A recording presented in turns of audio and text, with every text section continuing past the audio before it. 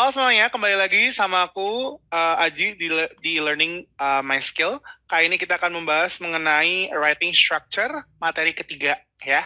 Jadi setelah sebelumnya di video-video sebelumnya kita belajar tentang writing structure yang pertama, writing structure yang kedua. Sekarang kita akan langsung lanjut ke materi writing structure yang ketiga. Hari ini kita belajar apa aja di video ini. Nah, akan kita bahas kali ini ya, hati-hati. Dan ini juga harus butuh fokus dari kalian semuanya supaya kalian bisa untuk memahami materinya dengan baik. Oke, hari ini kita akan belajar mengenai relative clause, noun clause, adverbial clause. Nanti juga akan ada practice, practice, dan juga practice. Nanti akan latihan ya. Oke. Nah, yang pertama ada relative clause. Relative clause itu apa sih? Jadi relative clause ini bisa juga disebut sebagai adjective clause ya. Adjective itu kalau misalkan buat kalian yang belum tahu, dia itu adalah kata sifat. Ya, kata sifat itu apa? Kata sifat itu dia menjelaskan kata benda. Jadi ada kata benda, nanti itu dia dijelaskan sama kata sifat, yaitu dia berteman tuh, ya. Benda ini berteman semuanya ya. Nah, dan juga nanti untuk di klausanya, jadi kita akan belajar tentang klausa ya. Sebelum lebih lanjut kita bahas mengenai klausa, aku mau jelasin dulu nih. Kalau dalam bahasa atau dalam bahasa Indonesia bahasa Inggris gitu ya, kan paling kecil tuh dia atau paling sederhana itu tersusun dari yang namanya kata dulu kan, gitu kan, atau word atau kata-kata gitu, words. Terus kata-katanya bergabung, dia namanya phrase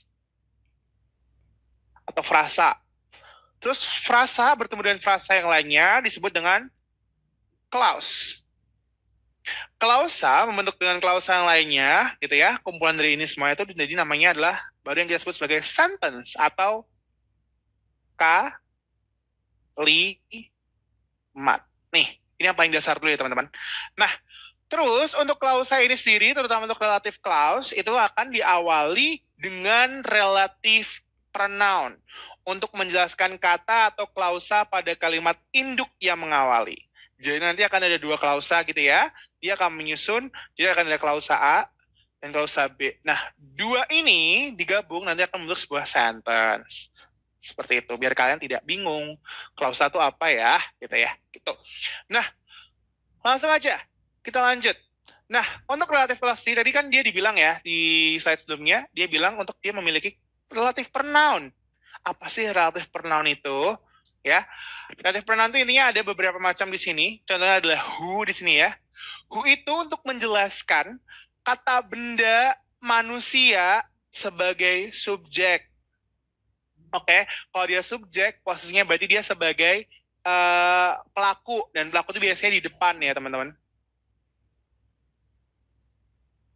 Terus kalau whom itu tuh untuk menjelaskan kata benda manusia, tapi dia posisinya sebagai objek. Kalau objek pasti dia di belakang, sorry, di belakang gini ya, di belakang dia. Terus kalau whose ya, ini bacanya whose ya teman-teman. Whose itu untuk menjelaskan kata benda manusia yang menunjukkan apa? Kepemilikan. Ya, yang menunjukkan kepemilikan. Hati-hati, kepemilikan. Terus kalau of which, itu sama dengan whose, ini sama. Itu kata benda manusia yang menunjukkan kepemilikan juga. Jadi, dua ini itu untuk menyatakan ketika nanti ada kalimat yang bunyinya itu seperti ini. Misalkan mobil yang dimiliki, gitu. Mobilnya siapa, gitu. Itu dalam kalimat, dalam bentuk klausa, seperti itu. Untuk which, itu digunakan untuk menjelaskan kata benda, ini berbeda ya, bukan manusia, baik sebagai subjek maupun objek. Yang bukan manusia itu apa aja sih Kak? Atau ibaratnya bukan manusia itu maksudnya seperti apa gitu ya? Hewan atau animal ya. Animal itu pasti dia bukan manusia. Terus things around us, benda-benda di sekitaran kita, benda-benda di sekitar kita. Jadi misalkan kayak meja atau apa namanya, jendela, itu bukan. Yang intinya bukan manusia, yang bukan seperti kita ini. Seperti itu. Oke, kita lanjut ya. Nah, berikutnya ada that. Dan ini hampir sama seperti which, cuman dia lebih fleksibel. That ini sifatnya dia lebih fleksibel. Untuk kada benda manusia maupun bukan manusia, dan perannya sebagai subjek maupun objek. Kalau si which tadi itu untuk yang bukan manusia, baik sebagai subjek maupun objek. Tapi kalau si that ini, dia mau manusia, bukan manusia, terus dia mau sebagai subjek maupun sebagai objek, bisa dipakai. That itu se-fleksibel itu. Terus untuk when, itu untuk menunjukkan waktu. On which pun juga sama. Ya, kalau who tadi sama of which, tapi kalau when ini sama on which. Hati-hati, jangan ketukar. Terus kalau where sama in which, itu untuk menunjukkan tempat. Ya, when on which itu waktu, where in which itu tempat, sedangkan whose of which itu menunjukkan kepemilikan.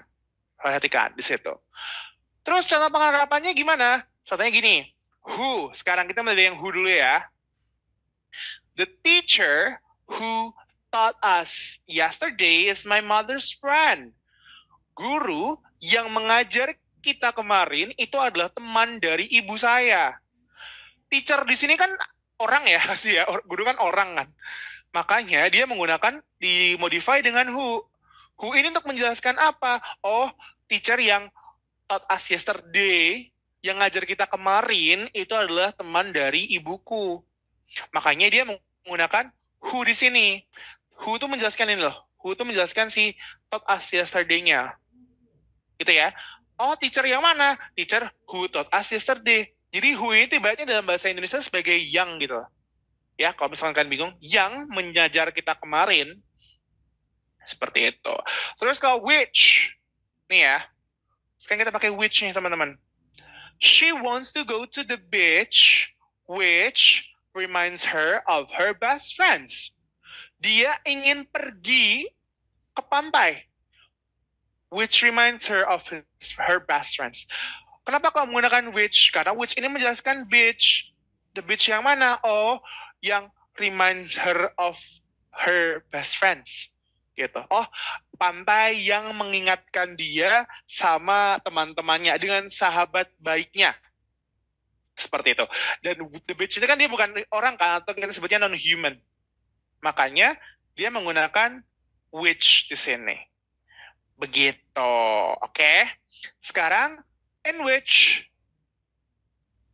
Hati-hati ya, in which ya. In which itu dia sama seperti where. Dia sama seperti where. Oke, dia sama seperti where. This is the school in which we spend our teenager era together. Ini adalah sekolah di mana kita menghabiskan masa remaja kita bersama. Ada kata the school di sini. Nih ya, the school-nya di slide itu ada in which. Ini tuh untuk menjelaskan apa? In which-nya untuk memodify si the school-nya. Karena setelah in which kan dia bilang we spend our teenager era together. Makanya, oh, the school yang apa? The school yang we spend the school di mana kita menghabiskan masa remaja kita bersama. Jadi in which ini untuk menunjukkan posisi penjelasan dari school-nya. Terutama school ini kan dia untuk lokasi kan. Yang lokasi. Lokasi yang apa sih? Oh, lokasi di mana kita menghabiskan masa remaja kita bersama. Seperti itu. Jadi dia punya fungsi yang berbeda-beda untuk si relative clause melalui relative pronoun ini. Hati-hati ya teman-teman, jangan sampai salah. Kalau who itu untuk yang orang, kalau which itu untuk non-human, in which itu untuk dia lokasi dan tempat, kalau when itu untuk waktu dan sebagainya macamnya, whose untuk kepemilikan, whom itu khusus untuk orang tapi dia posisinya sebagai objek dan yang lain-lain.